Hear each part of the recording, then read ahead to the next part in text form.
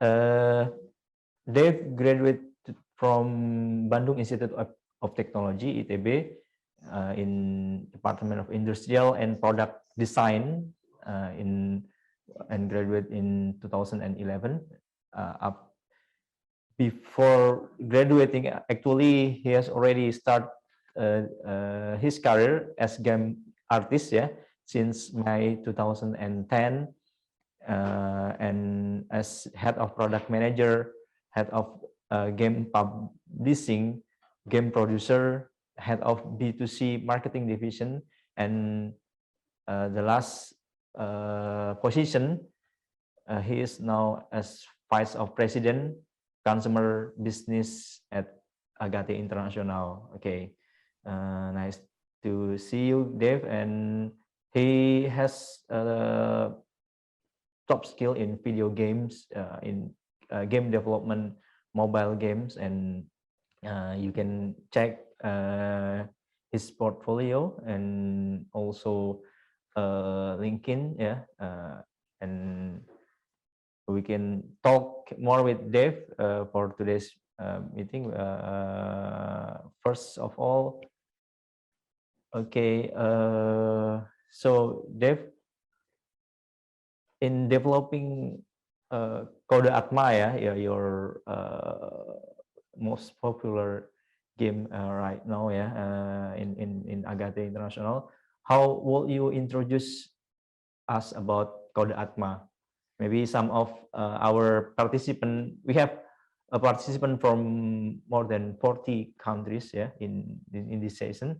So some of them maybe just understand, just listen about Code Atma today, and you can share to them, and maybe there is new information about Code Atma that they can get from this today's meeting. Okay, will you introduce about Code Atma, Dave? Sure. Thank you for the intro, Faik. Is it possible if I share my screen? Yes. Okay. Hold on.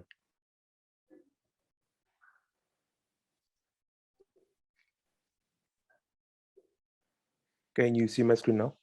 Yes, we can. Okay. See. So hi everyone. Good morning. It's a pleasure and it's an honor to be here. And I want to do a short introduction about Code Atma. So Code Atma is a mobile game that developed by Agate. So I think it's launched on 2019, and the game is already published on the global market. The game is strategic RPG game for mobile games. It is available on Google Play and App Store. So what is Code Atma and what makes the game unique? So Code Atma is an RPG game that the main theme of the game is about Indonesian culture. We use a lot of characters that really popular in Indonesian folklore, any urban legend, myth, anything that any mythical character that we have in Indonesia. So actually, the main story is that the player will become the seeker. Seeker is like, maybe in Indonesia we call it dukun. It's like so the main theme. The main theme in the game is like maybe it's easier for me to use it Indonesian terms, so like santet online.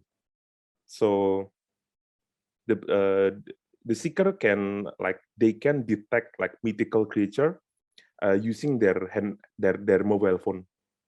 So a lot of like mythical or any weird case in the game that happen in the story that that it could be solved when the seeker use their phone to find the truth. What is happening here, which mainly caused by the mythical creature that live in our world but in a different universe.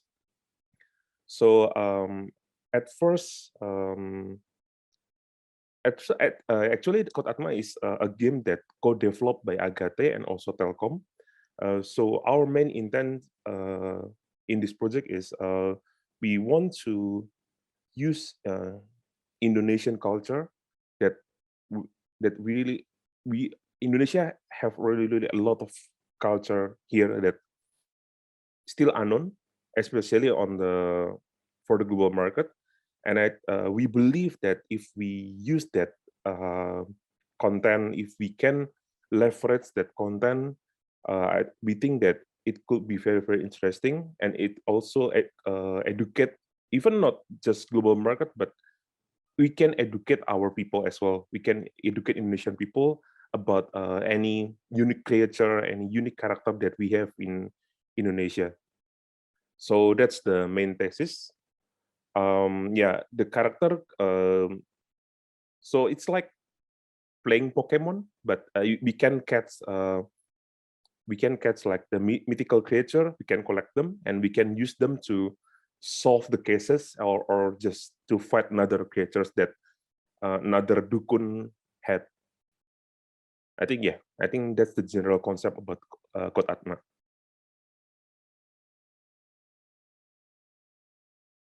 And also, what are the biggest goals behind the development of Code Atma, Dave?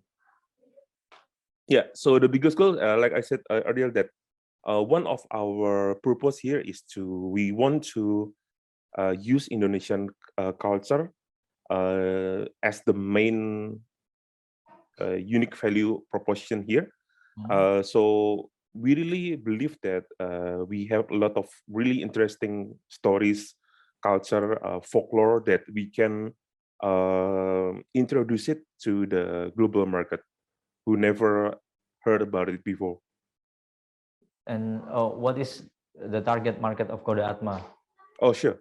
That's a good question. So the main target market of Code Atma is like mainly for male.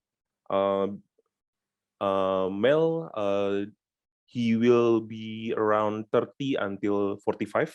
The age is between 30 until 45. And he is an avid gamer. He used to play a game a lot. He used to play RPG game a lot in console.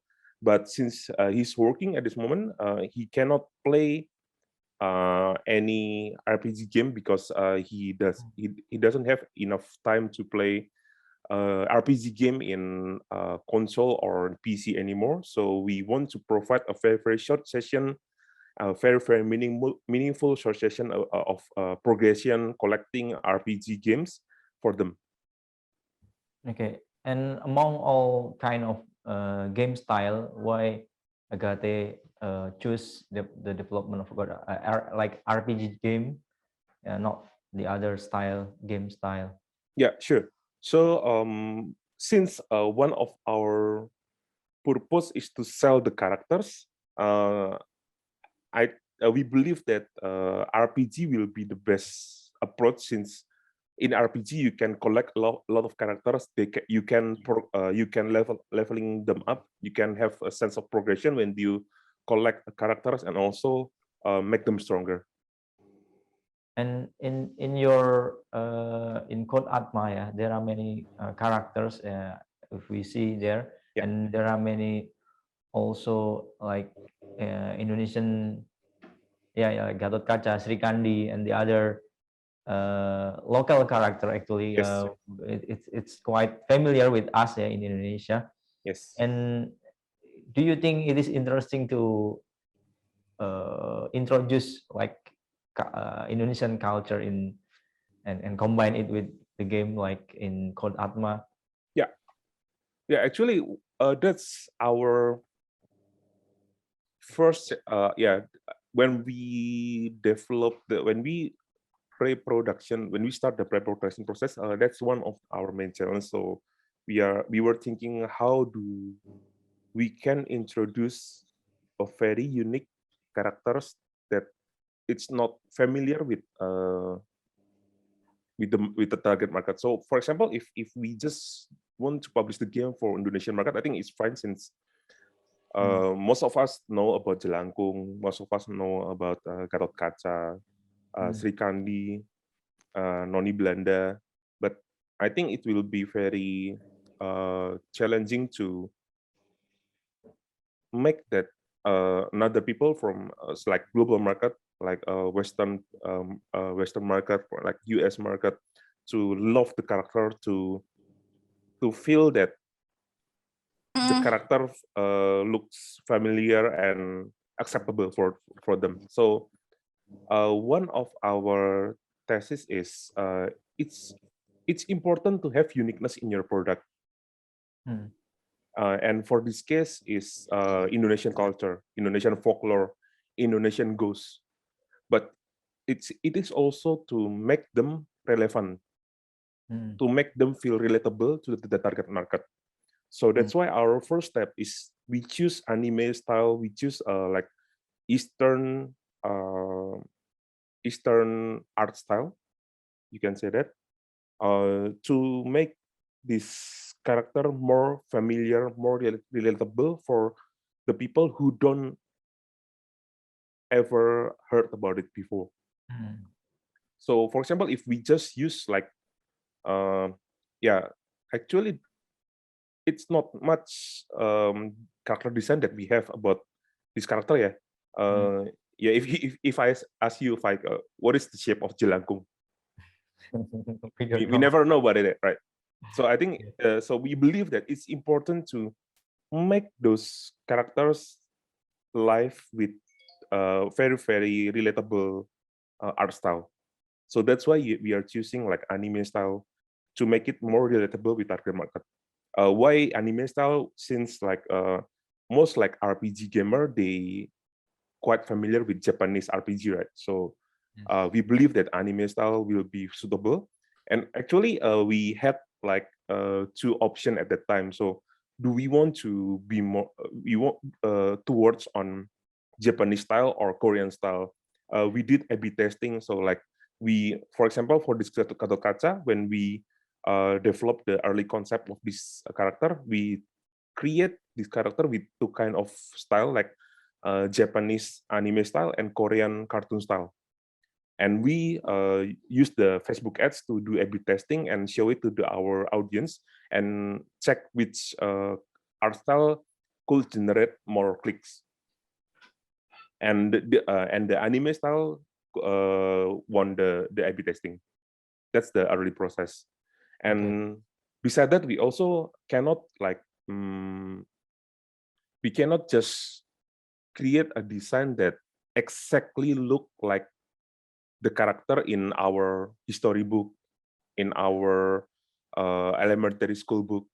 It's not. It will be not really interesting. So I think besides uniqueness, relevancy, and relatability is become very important. So, for example, like this kata-kata, we cannot just maybe I want to use another sample. For example, like this pocong, right? We cannot use the real design of pocong to be to appear in this game, right? It will not really interesting. So we change the design of the pocong to be more like fantasy style.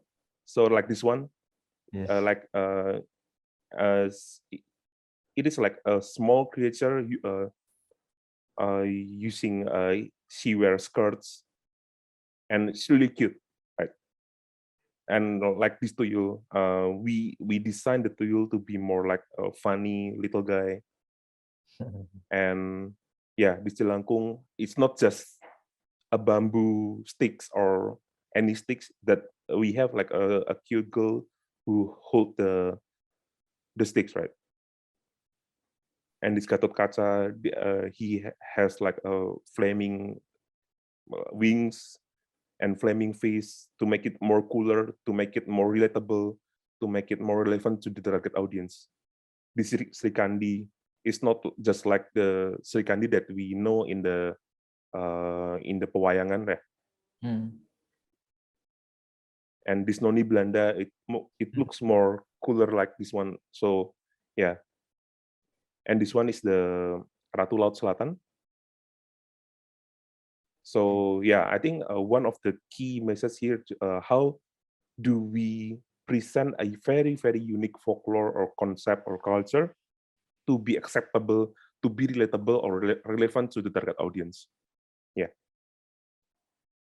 Okay, very interesting and also funny, yeah, for some of the character in Code Atma. Yeah, if we see like Pocong, our imagination, we see like Yeah. very scary. Yeah. Seeing Actually, the other character, but when we talk about Pocong, all of the memories that I have is a very, very negative memory, right? So I yes. will afraid with Pocong, but when we do like a character polls, Pocong is the number two characters that loved by the users. The number one is Noni, Oh, the Noni Belanda. This one. okay. And the more scarier our imagination, everything, the more popular, the more popular they choose in if they play Code Atma, yeah. Yeah, that Okay. could be. Yeah. And I I think if we see the Code Atma, yeah, they have like uniqueness, yeah, in the character, yeah. So and the Code Atma has a strong culture content, yeah, such as Noni and also Pocong, yeah. But don't you have any like fearness or maybe a worried to gain attention from international user, like you mentioned in the US and the other international market, yeah. How you see this? Because the character in Code Atma mainly is local character. I mean, you introduce about local folklore, local myth, and the other local character. Yeah, for Indonesia, I think it is we can understand clearly, but for international market, in this ECAMP, yeah, we have also participant from Africa and from Europe, yeah, from the other country, yeah.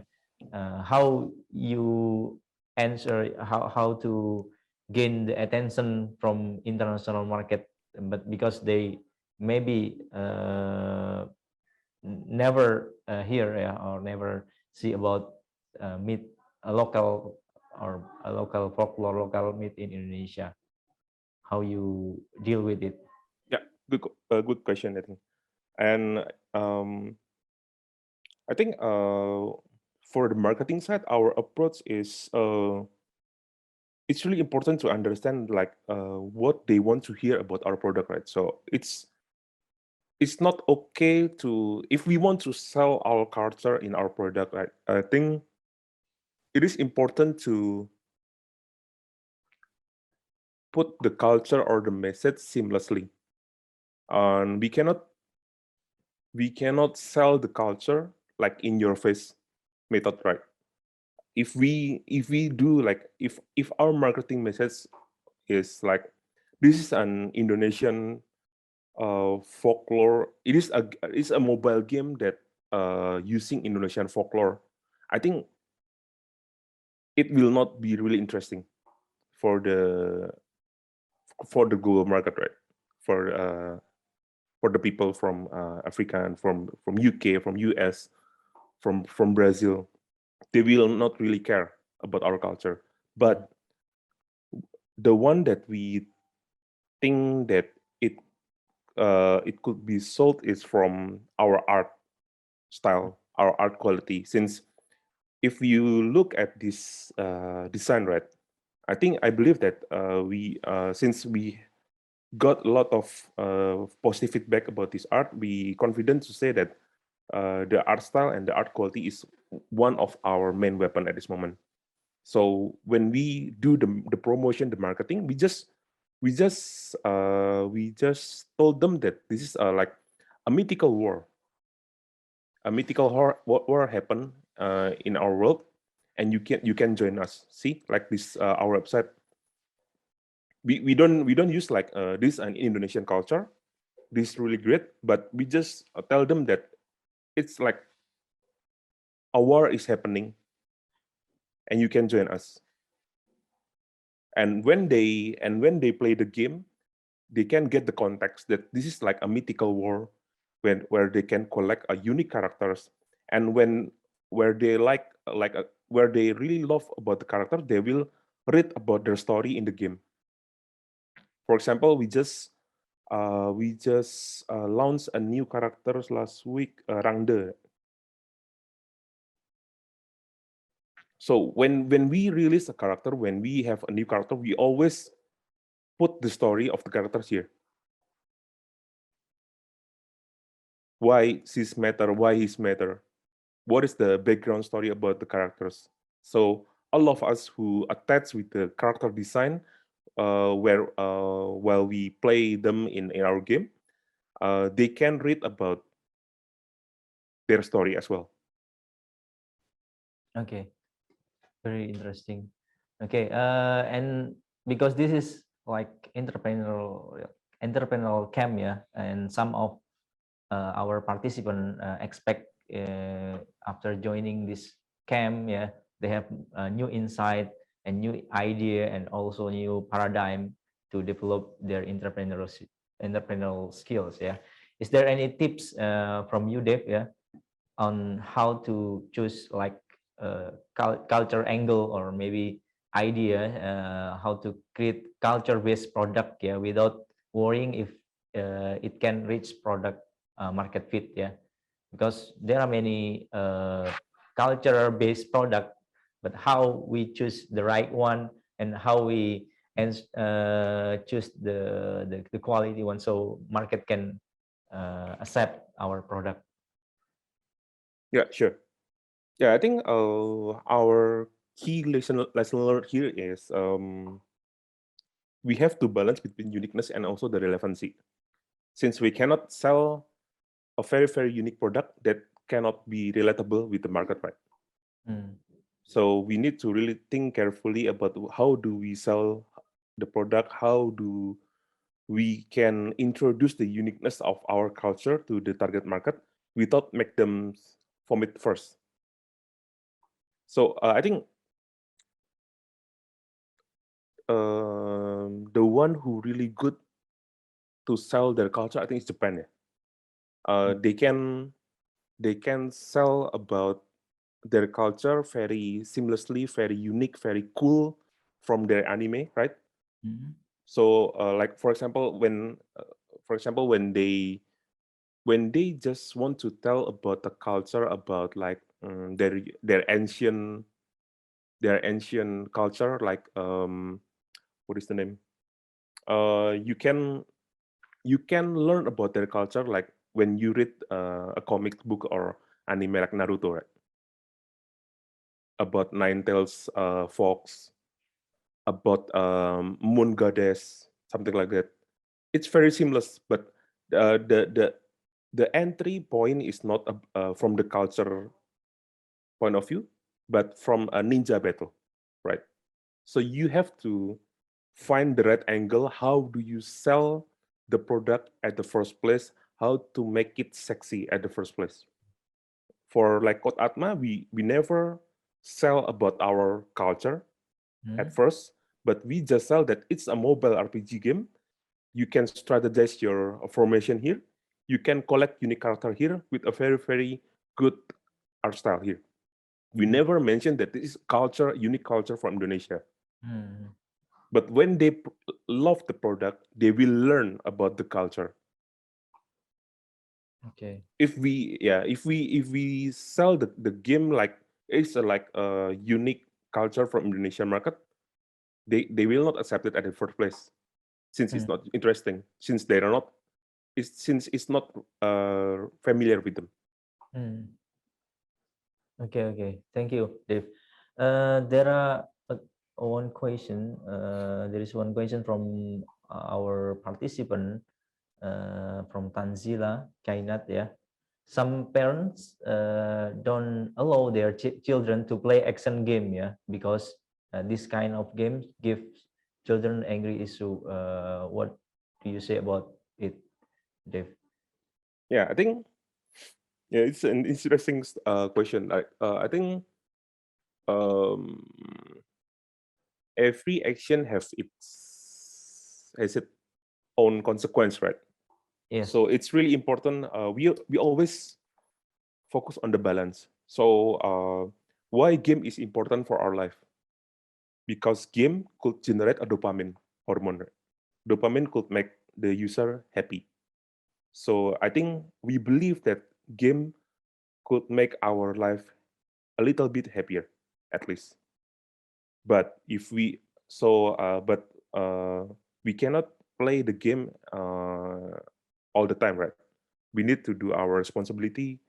We need to do another things to make our life balance. So I think it is really important to from Agate standpoint, it is really important for us to educate that to our users from our product as well. So for example, in Code Atma, it is important for us to make them stop playing after certain of time of session. So after like 1 hour, usually a lot of game design that we can use to make them stop playing. For example, like energy system. Um, I'm hoping that all of you familiar with game, right?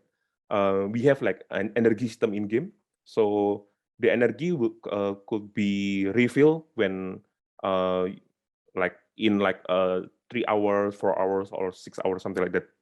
So one of our purpose is to make them stop playing at certain amount of time. So I think we Agate as the developer of the product, we have a responsibility. We have the responsibility to make our user aware about the balance. How they cannot play the game all the time. They need to stop play the game and do another activities outside the game. And that's one of the responsibilities that bore by the family as well.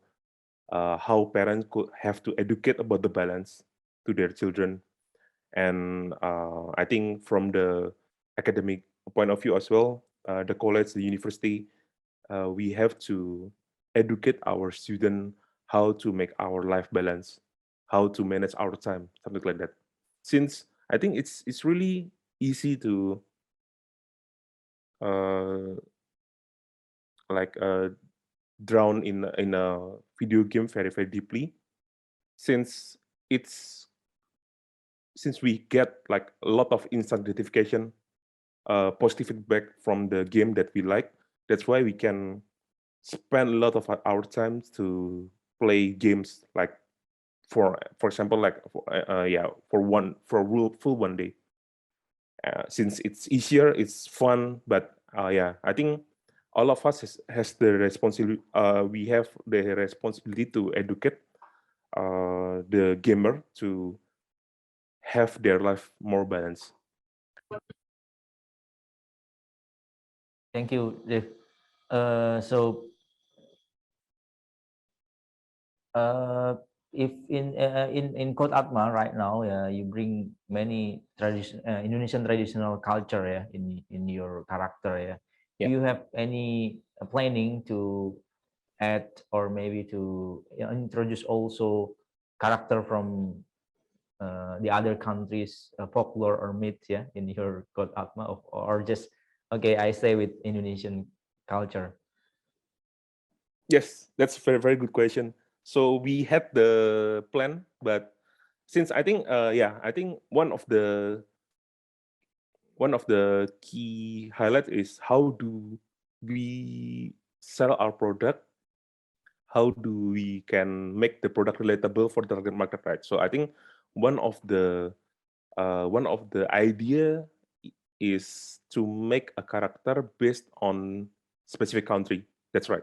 So for example, if we want to do the promotion in Greek, right? I think it's very important for us to have the Greek characters in our game. For like example, like Zeus, and like for example, if we want to grab the attention from the Japanese market, I think we also it is really important for us to put familiar character for them as well. Yeah, I think that's one of the possibility that we can explore in the near future. Okay, thank you, Dave. We have one participant who has already raised his hand. I think Jabir Amin. Do you have any question to ask directly to our speaker? Hello, Jabir. You can unmute.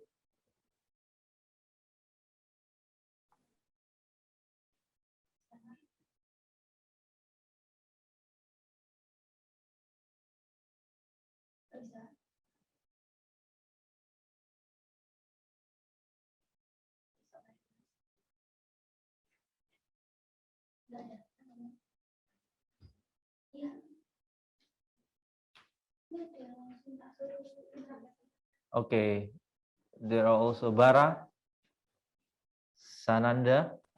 Okay, hello. Hello, Bara. Can you introduce yourself?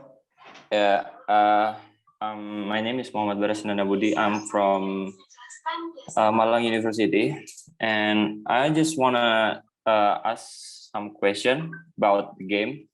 So, so the game is just like Genshin Impact, right? It's like RPG, and you have to okay. It's just like Genshin Impact, right?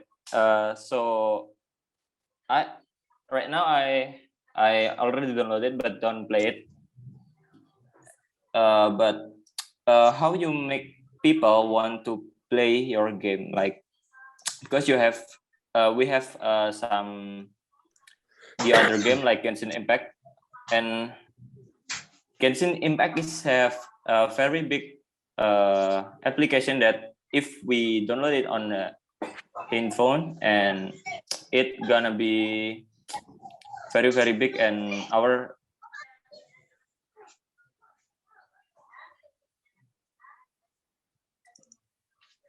wait. So how big is your application, and is it gonna be hard for the phone? Thank you. Okay, thank you for the question, Bara. I think since you're right that Genshin Impact has a very a lot of content, a lot of high quality like 3D modeling, and that's caused the file size could be bugged up. And since like most of our asset is using 2D, not 3D, so our file size is not as big as Genshin Impact. I think it's around three. I think the full size is it will be different compared to its devices, but I think it will be around 200 megabyte, 200 until 400 megabyte. I believe that Genshin is more than 1 gigabyte, right? But Yeah. It can be a dilemma if we develop big game, yeah.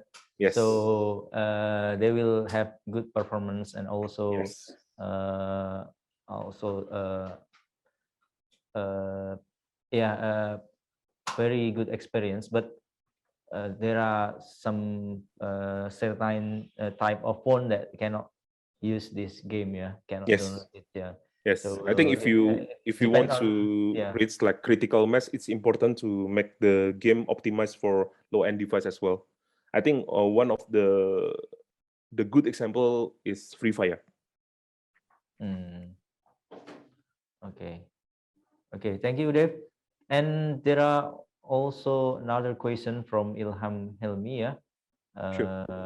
What do you think about metaverse, yeah, Dave? Yeah, will your game join the ecosystem and then make the player who play to earn some money from it, yeah? And if yes, what the offer of unique experience from your game to impressive the early adapter in metaverse? How, Dave? Yeah, thank you. A very, very interesting question. So I think, yeah, I think even before Facebook introduced about the metaverse, I think the NFT game is already like it's like, yeah, hype lah, in the game development industries, including Agate. And NFT game is like, if you know, like XC Infinity, like they already launched. It's like one of the earliest NFT game that launched, like I think 5 years ago, I think.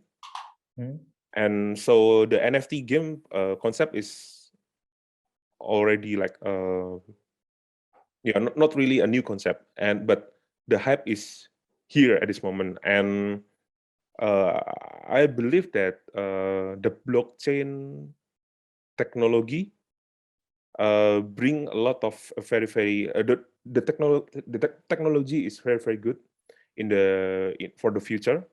I think the metaverse concept is very interesting, since I think we can gain a lot of benefit when it's already launched, the metaverse. Since like for example, when people work in the big city like Jakarta, one of the pain problem for them is commute, right? You need to drive like 2 hours, 3 hours to your works. Total in one day, you can spend like 5 hours just on a traffic jam. That's really bad. So I think metaverse could answer a lot of issue in the world when we can work, or we can learn, we can go to school from the metaverse. I think that's really beneficial, since we can use the rest of our time to other more meaningful activities, right? Like spend our time with our family, with friends. We can meet our family more easily if we live on the super city. We can do like student exchange program from the metaverse. We can do workshop together with them in a more interactive field, right? I think it's really even it is beyond game. I think game will be like the one of the early adapter to enter the metaverse, since it's already here. Yeah, if you know about Roblox, Minecraft, a lot of I believe that one of the key, like the food chain restaurant in US open their store in Fortnite or Roblox, I think. So user can go to their shop there and buy the food, and then gain like energy system, something like that. And also, like, if you know about the, what is the name, Tenet is the movie by Christopher Nolan that launched last year.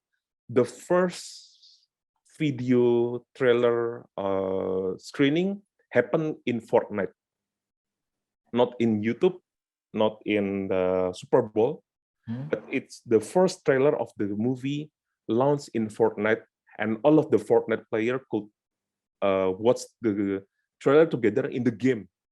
So it's already happening, right? So I think it's a very interesting concept, and I think it has a a lot of good benefit that we can expect from metaverse. And Agate, we are not we have a team that take a very good attention with NFT game. We are doing a lot of research about game, about how we can utilize the NFT game, since I think NFT game it's a good way to for a gamer. A lot of gamer play game for gain money, right? Like esports athletes. And if you play like in my generation, we play a lot of Ragnarok game. We didn't go to school just to play. We did grinding in the MMORPG game, and we can sell our character and we can buy a motorcycle from it. So actually, I think like play to earn is already here, but it's not regulated. With NFT, it could be more regulated. But actually, yeah, we need the regulation will be evolve and will be improved in the near future, since there are still a lot of gray area in the NFT, right, in the regulation.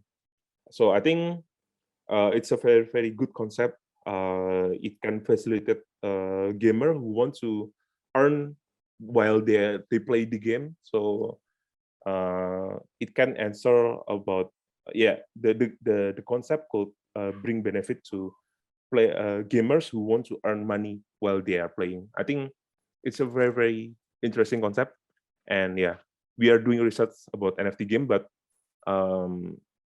yeah, let's see.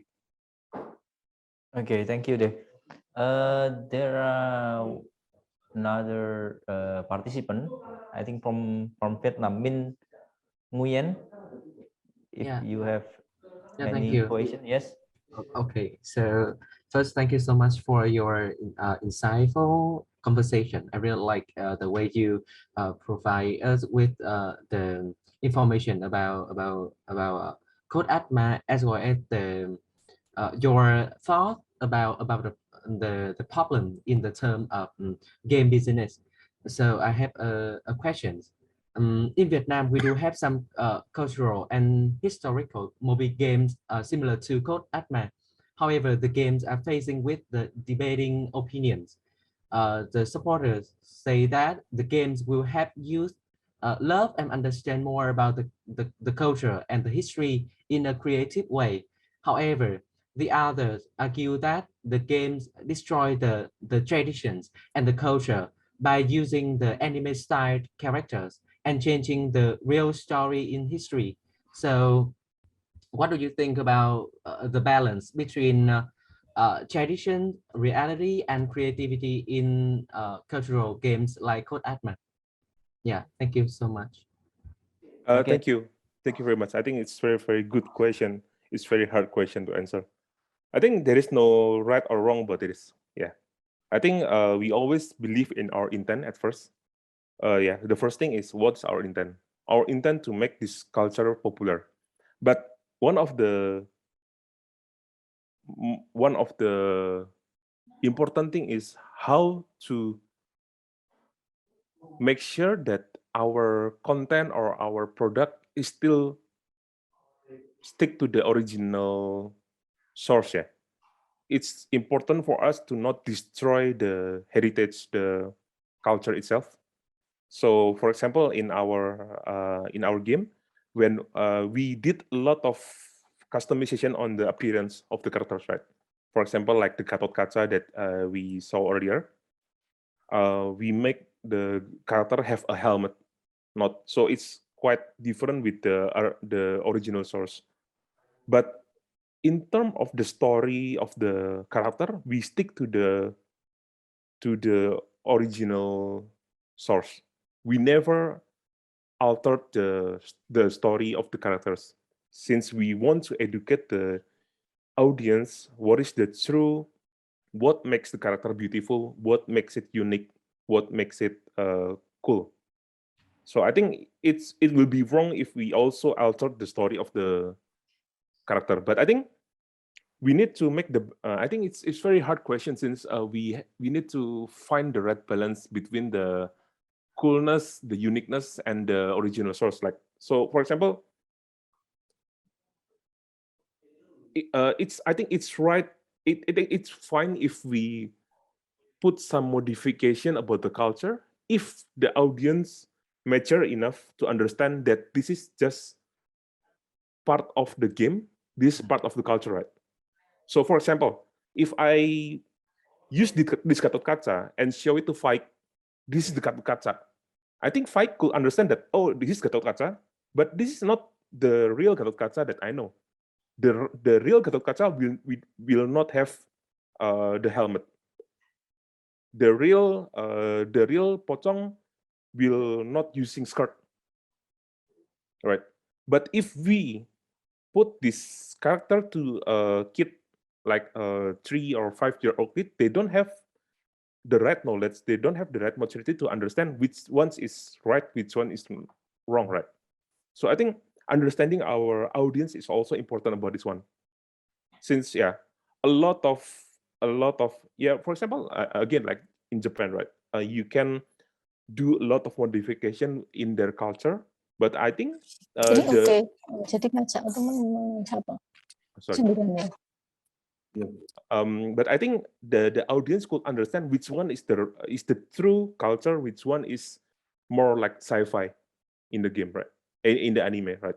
So I think it's also important to understand who's our target market. So we can estimate what is the risk if we alter, if we modify the true the original source of the culture. Yeah, I think that's the most important one. But I think I cannot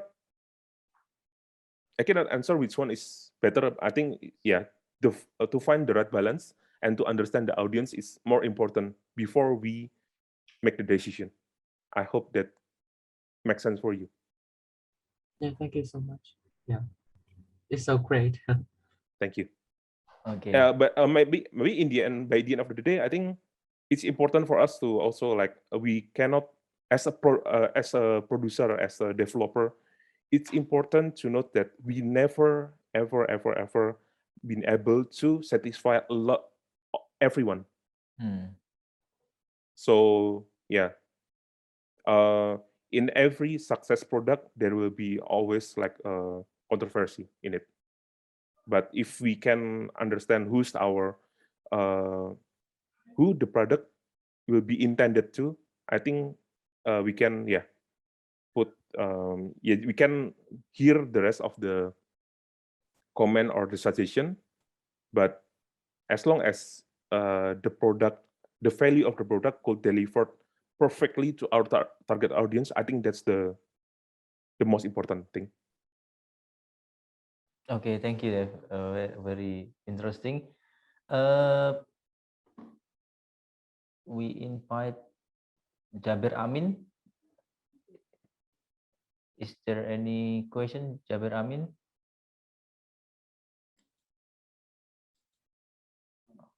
Oh, I think so. I will continue to the question from Tanzila Kainat, about legal aspect. What main legal services should we keep in mind while starting international or national game business?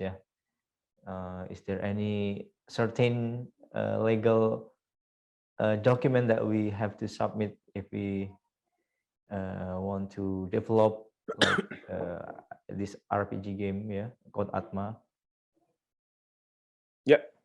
I think that's legal is one of the. I think it's more like copyright. I think copyright is really important when you develop something, when you produce something. We can easily submit our product, our brand to Haki. Haki. Wait, I forgot what is kesingkatan dari apa Haki. It's like kekayaan intelektual. Yes, thank you. Like, so it's like the official copyrights organization in Indonesia. So you can submit your brand, your logo, your product hit there, and you can submit on which category that you want to submit it for. For example, like in Code Atma, we just submit the game, the product for like toys, digital entertainment, comic books, TV, and movie, something like that. We never submit our brand for for example, like beverage, food. So if you want to take Code Atma on the food or beverage, it's legal in Indonesia, I think. But I think it's really important to secure the copyrights and for your IP. And I think for global, that's a good question. For the global market, I think I remember that there are a method that you can register your copyright for global market as well, not just only for Indonesian market. What is the name? I think it's like Madrid Pact or something. Yeah, but we also register our games through Indonesian government to make it legal to register our copyrights in another countries as well. Yeah, I think that's doable. But yeah, you need to really think carefully about which category that you want to which category that you want to register your product to, since there are a lot of category, right? Like a t-shirt or gym, health. So yeah, for example, if you just register your product on the food and beverage category, another people could use your brand for another category that really different with yours. Okay, thank you, Dev. Okay, I think another question from Min Nguyen already answered in. Okay, I have more question for you, Dev, about how to collaborate culture and technology. Yeah, in Code Atma. Yeah, why your company Agate decided to enter game industry while there are many there are another certain and business that you can, maybe if you are familiar with. Yeah, I don't know, maybe you have another reason, maybe you have another experience, or maybe sometimes they choose their business based on their hobby or their, I mean, interest in something. Yeah, maybe you can tell us how you decide to enter the game industry, Dave. Yeah, that's true. I think there is not much reasoning when we decided to establish Agate at the first time. So actually, we the founders of Agate, we established on 2008. At that time, we are still study in Bandung Institute of Technology together. Half of our founders were studying IT and programming, and half of the founders studying art. So at that time, our CEO Arif, he assembled us to participate in a competition, video game competition, and yeah, we participate a lot at the time, and we never won. And on 2009, some of our founders graduated, and we cannot just do it for hobbies, right?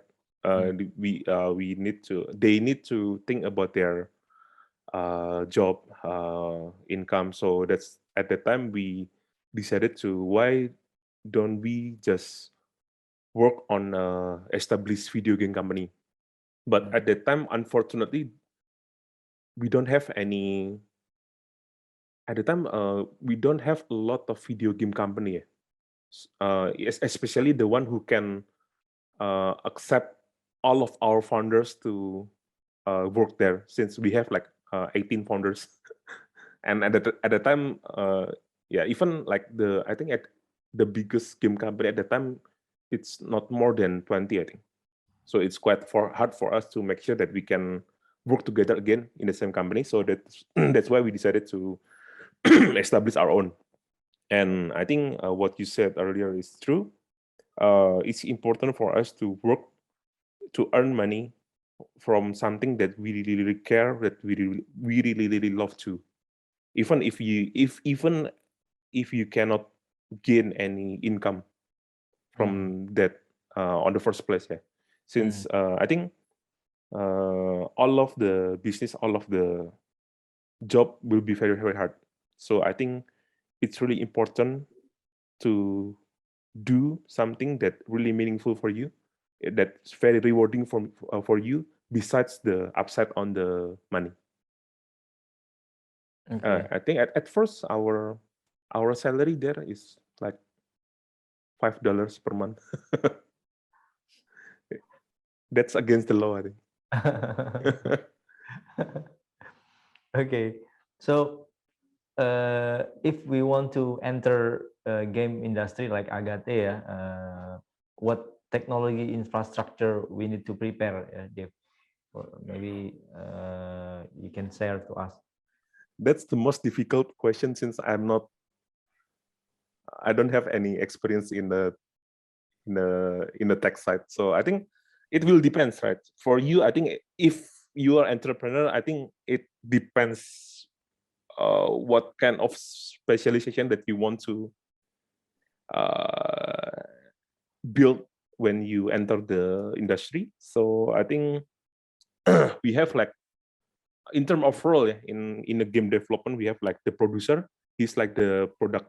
It is like the project manager who have to make sure that the game have a very good quality, manage the time, the work of all of the teammates.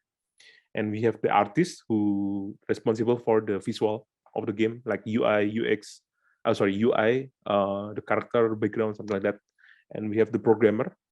The programmer, for the artist, I think it will depends on what kind of visual that you want to deliver, like 3D, 2D. For 3D, in Agate, we usually use Blender since it's free. And then for the 2D, we are using Photoshop, Illustrator. And for the programming, we are using engine like Unity for the mobile, and also Unreal for the console, or more like PC game, to have like better visual, more realistic visual, something like that. And yeah, I think there are a lot of tools that we can use, right?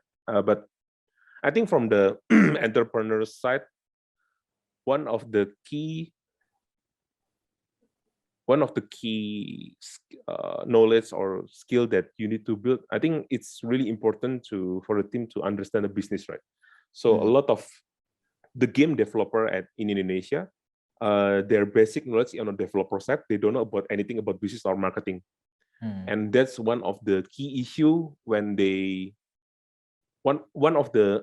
key issue when they launch a product, since they don't know like what is our value proposition, who's our target market, how to define the persona of the target market, how to promote the game. I think that's one of the key challenge that they find along the way. I think for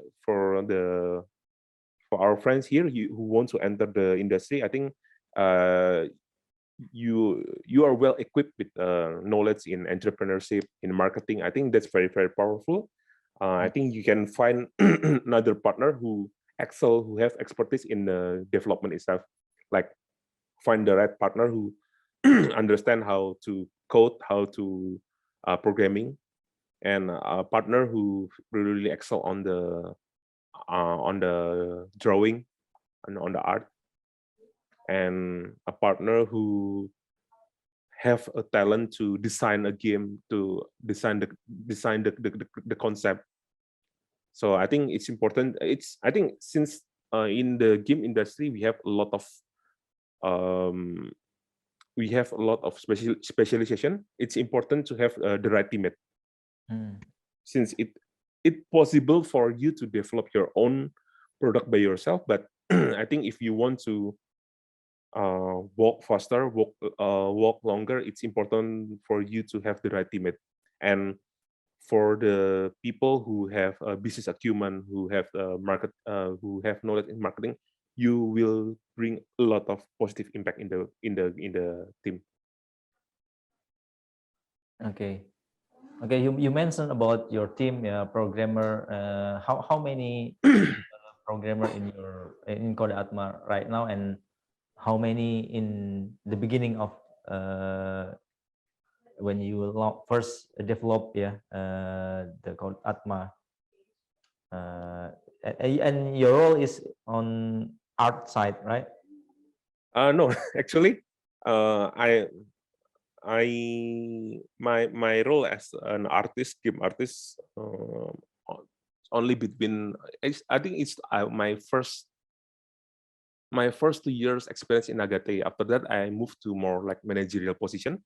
So even in Code Atma, I'm not involved directly on the development itself, but the team is on the same division with me. So I have more supporting role to like to manage their budget, to um, as the PIC to talk with our partner as the business development. Since like Atma is developed with between Agate and Telkom, right? So I help the team. So my main function is to make the team function properly, perfectly, without and I don't want to bother them with any other issue beside the development. So for the like partner liaison, partnership, maintain relationship with the partners, how to meet a new marketing partner. That's I think yeah I'm doing more on supporting role on Code Atma. And the number of programmer, I think the total number of the developers in Code Atma, I think it's between 20. I think it's around 25.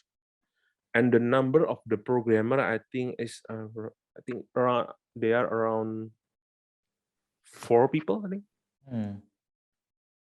It's quite small team, yeah. Dave? Yes. Okay.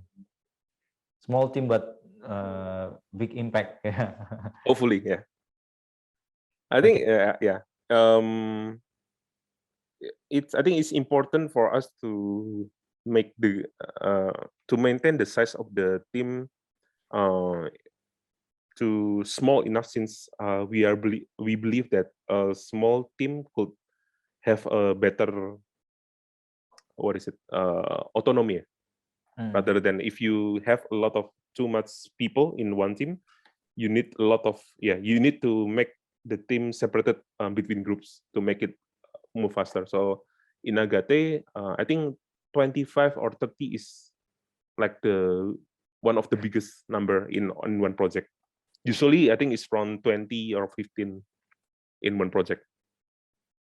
Okay, thank you, Dave. We have a question from Tran Tan Hoa.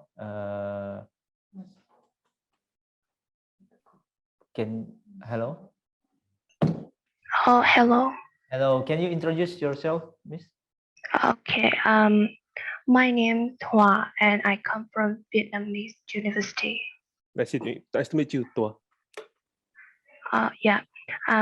First, I want to thank you because your performance is unprecedented in form to me, and Thank you. yeah. But my knowledge about in the game field is limited, and as far as I know, in my opinion, there are two kind of games, 2D games and 3D games. I'm not sure. We can we call them like that because uh, I I see the 2D game like animation, and I call them like that. And my question is, what differences are there between 2D games and 3D games, and which of them is more difficult to develop?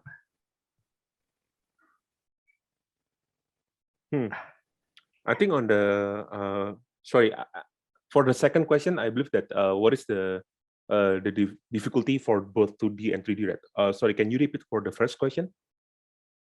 Yeah. What differences are there between 2D games and 3D games? I see. I think okay. I think I understand your question. The first is between 2D and 3D, there will be difference on the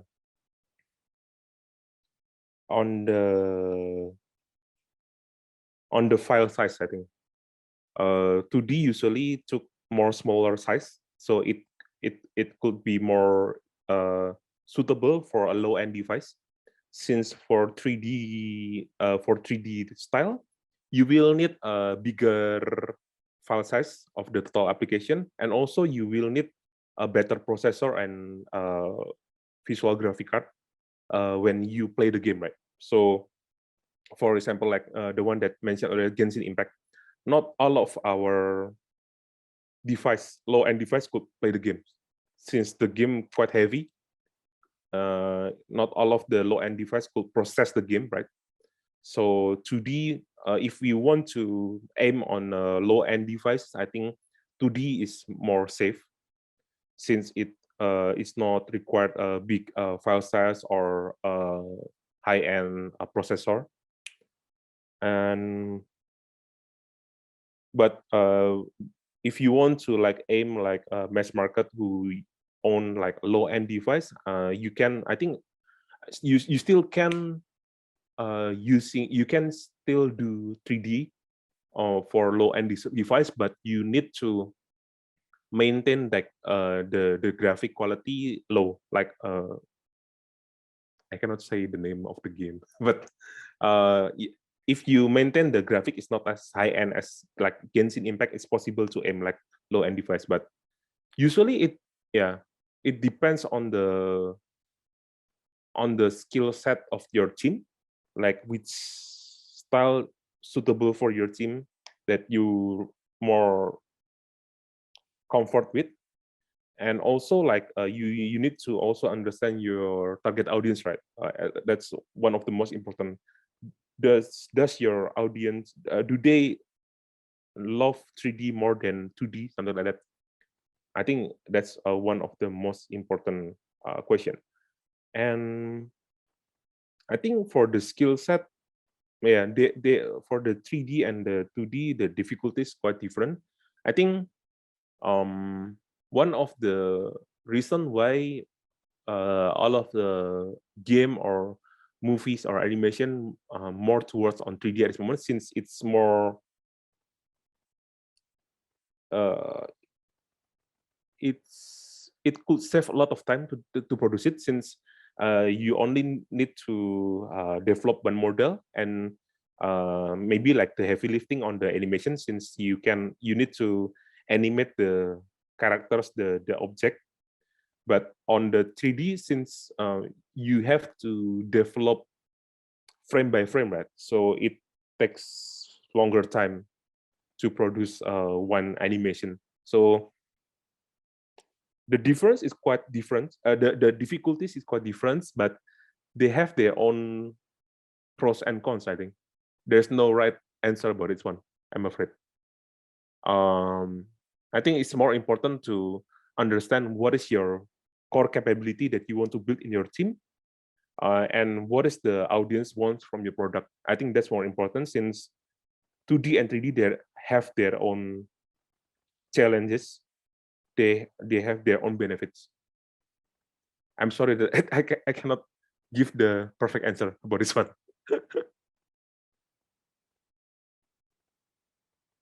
Thank you, Dave. We have more question from Jabir Amin. Can you unmute Mr. Jabir Amin?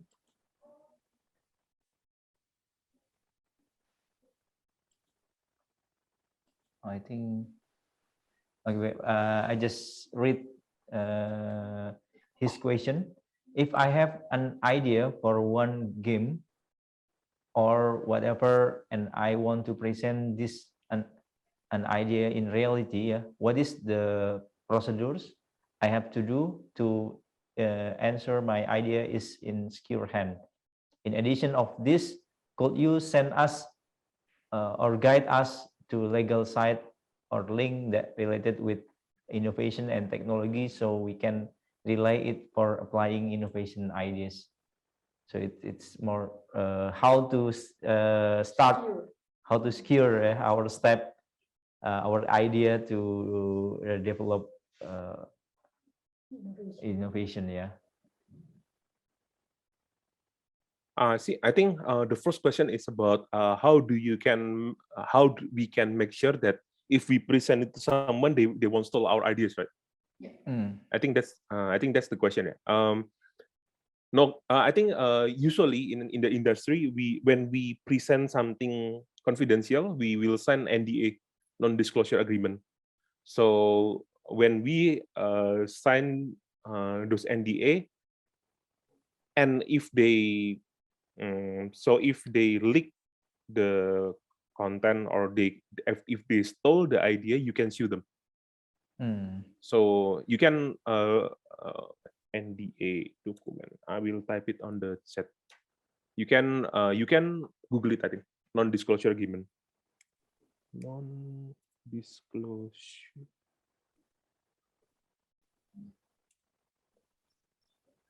This is like a agreement like that state that the one who hear the idea or the content from you, they will not leak it, they will not steal it, something like that. It's quite common when we do when we exchange any private or any confidential document to another party. And the second question, legal site or link that related with innovation and technologies we can relate applying. I see.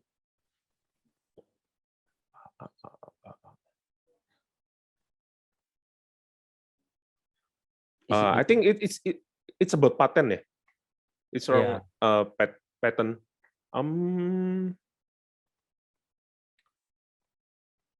I will ask the team first. I don't know about it. I think there are a lot. I think you can Google it. I think a lot of some of the developers, they already submitted their patent about specific system in the game. Right? For example, like a gacha system. I think I heard that EA patent their specific design for the game. I think, but it's since usually in video game we are not register a lot of patent, since it's quite hard to register a patent for specific. For example, like I want to patent register the patent about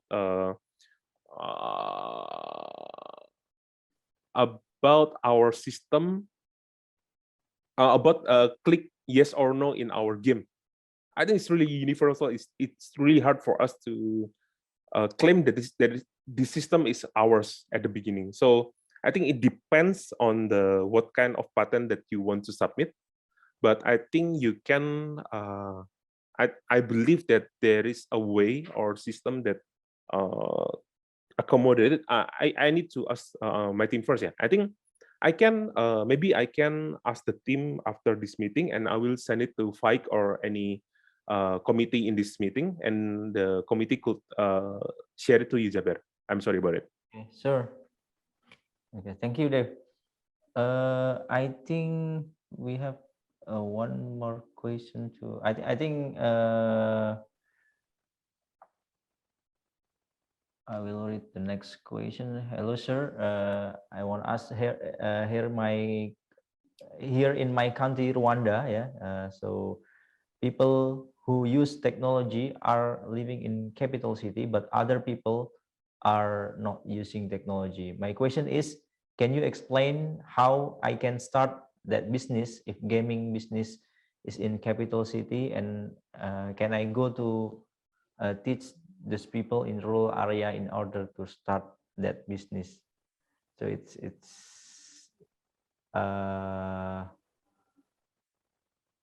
from Dani Bugingo. Yeah, from Rwanda. Hi, Danny. Nice to meet you. It's a good question too. Let me think about it.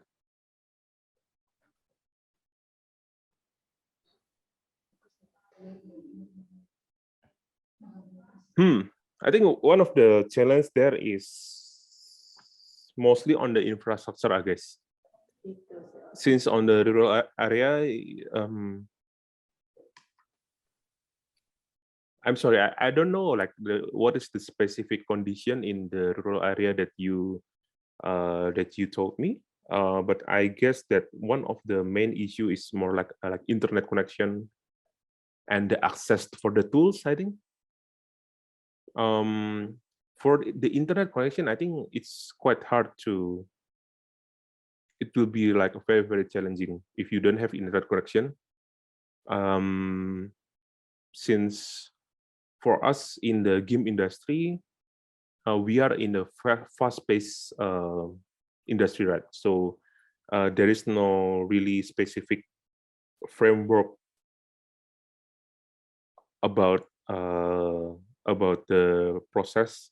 So it's important for us to stay close with the internet so we can ask our question in Google, or ask people around the world from the community, from the Discord, Reddit, something like that. But I think if it's about the tools, I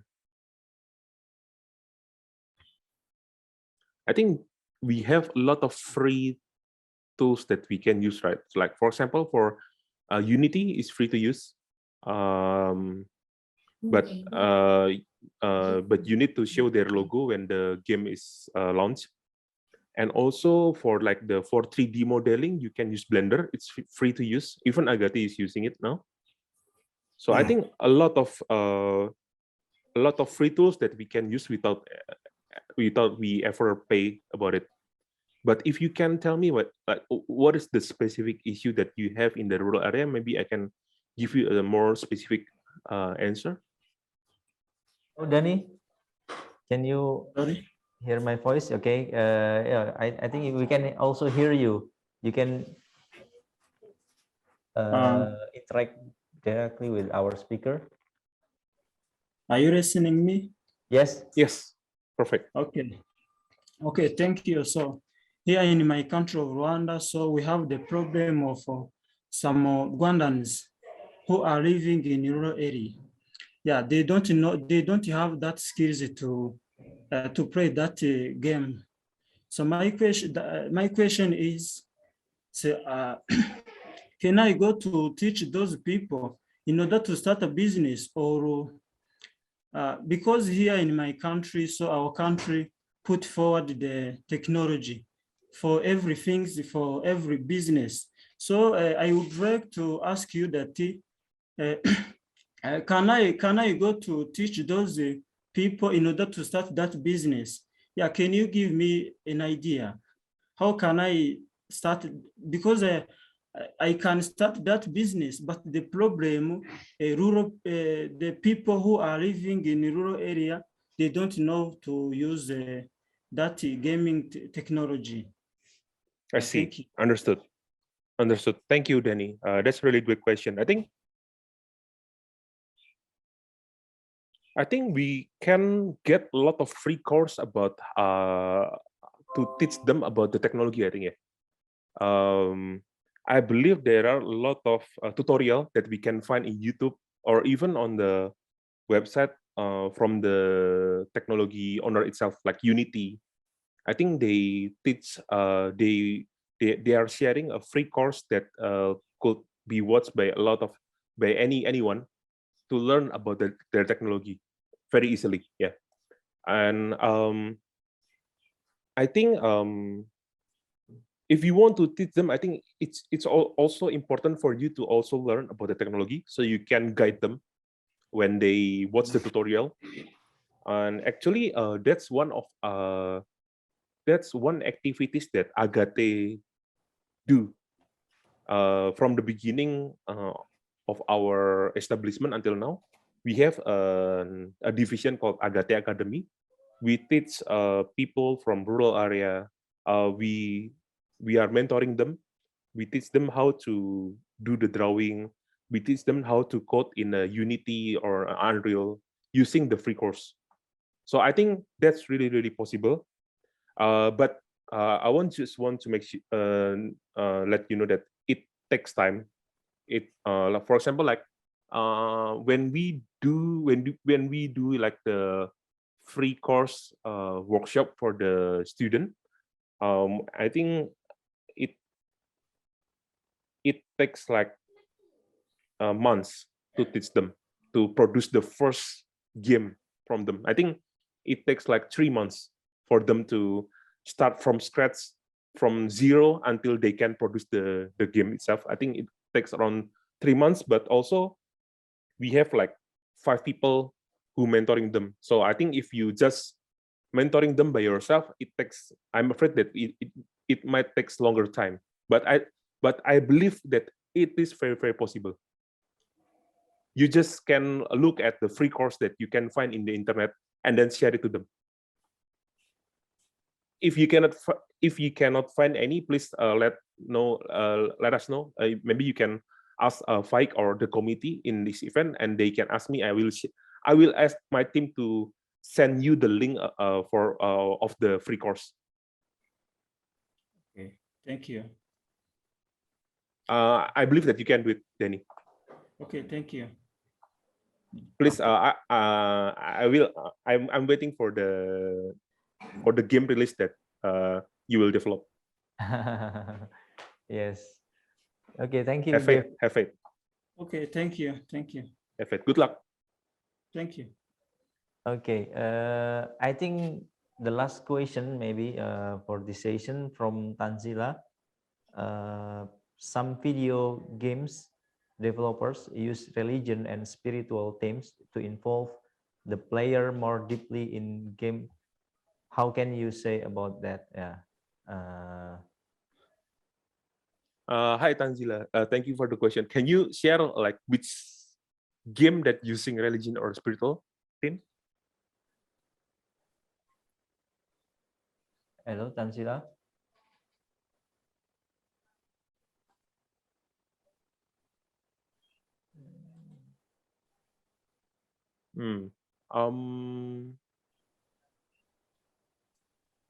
Okay. Oh, do you have like? I see.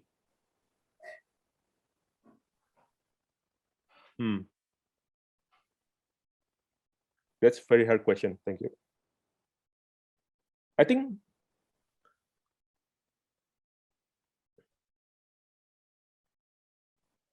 when we produce or develop a new product or something for the people, it's important for us to still use ethical method. Yeah.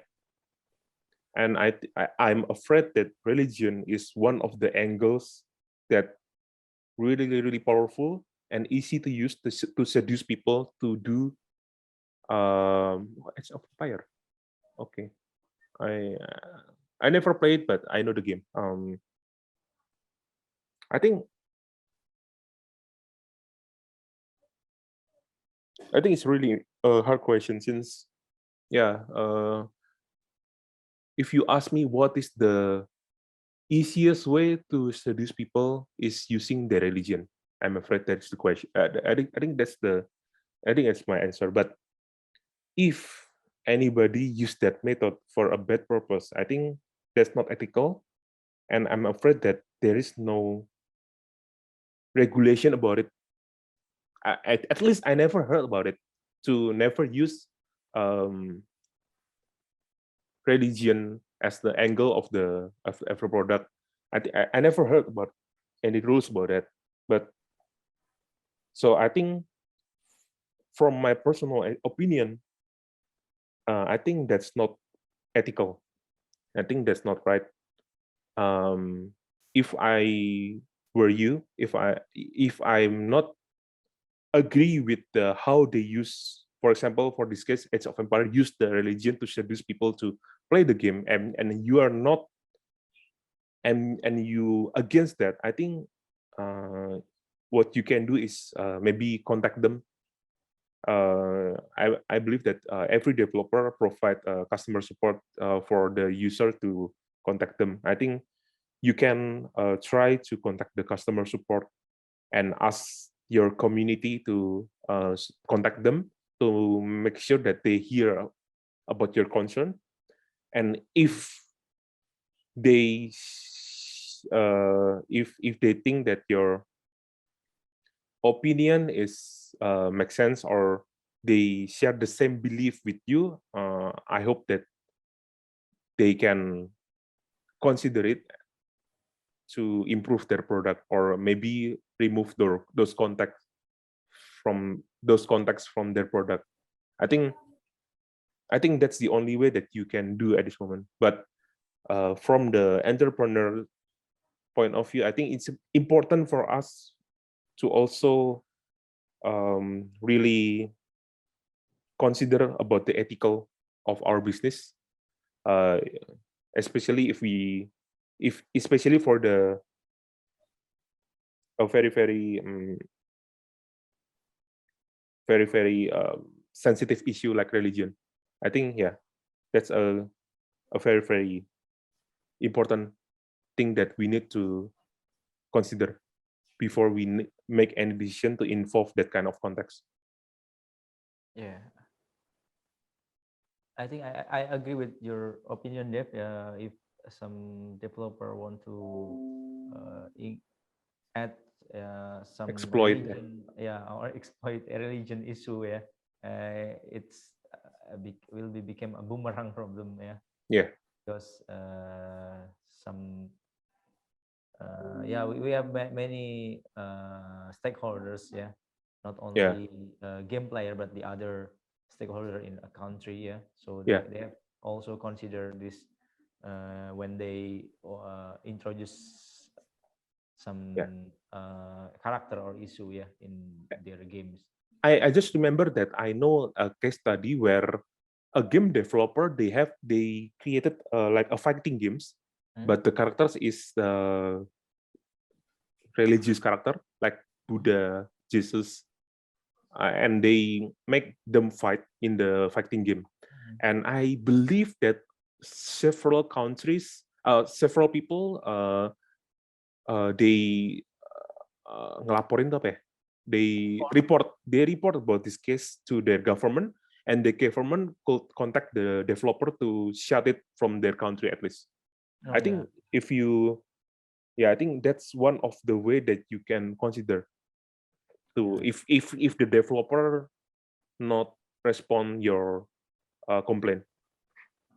Yeah, I agree. Okay. Yes, thank you, Dave, for very interesting discussion. If we discuss about game industry, I think we need more time to discuss, but because the time constraint from the committee, we cannot continue the session. But I will give you a closing statement if you want to talk. Yeah. I think it's really an honor to be here, guys.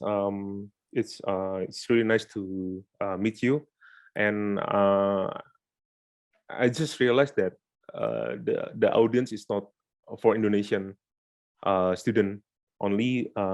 It's really nice to meet several people from other countries, like Danny from Rwanda, and any other like another people from Vietnam. It's really nice to meet you guys.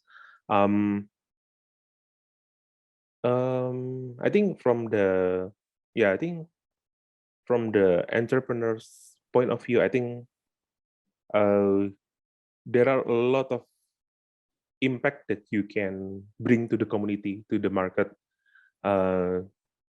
It's really important to understand why do you want to do it at the first place. So I want to, if you haven't watched about the video, I encourage you to watch the Golden Circle by Simon Sinek. Golden, let me type it, Circle by Simon Sinek. You can find it in YouTube. That's one of our core foundation about when we started the company. So when we start the company, we need to ask ourselves why we want to do it, what kind of value that we want to bring, what kind of value that we want to deliver to our customer. Money is never our main intention. the analogy is like money is like blood in our body. We never live to gain blood, but it's important to have blood in our body, right? To make our company, to make our body functional. But money is never the first intention, never the goal. It's the result. Money is the result when we deliver those value. Money is money is the result when we successfully solve the problem that we want to solve, or deliver the value when we successfully deliver the value that we want to deliver to our community. So I think it's important for us to ask ourselves why we want to do it at the first place. Yeah, I think that's also the guidance for us when we do any decision making on the process, to make sure that we have the balance in ourselves, to make sure that we still do it on an ethical way, that we won't break any rules. Yeah, I think that's very important for all of us to think why we do it. How is the product? How is the strategy? Sorry, how is the strategy? What is the product? Yeah, you can. I think it's better if you watch it by yourself. It's much more informative rather than me talking to you. Okay. Thank you, Dave, Fabrian, for very interesting discussion in this session. Okay, I'm Atma Ikswanan, as moderator. I will give back to our master of ceremony. Thank you, Dave. Thank you. Thank you very much, Faik, for having me here. Thank you, everyone. Stay safe and keep healthy. Okay. Okay, please, the master of ceremony. Thank you, Pak Dev. Thank you. Thank you.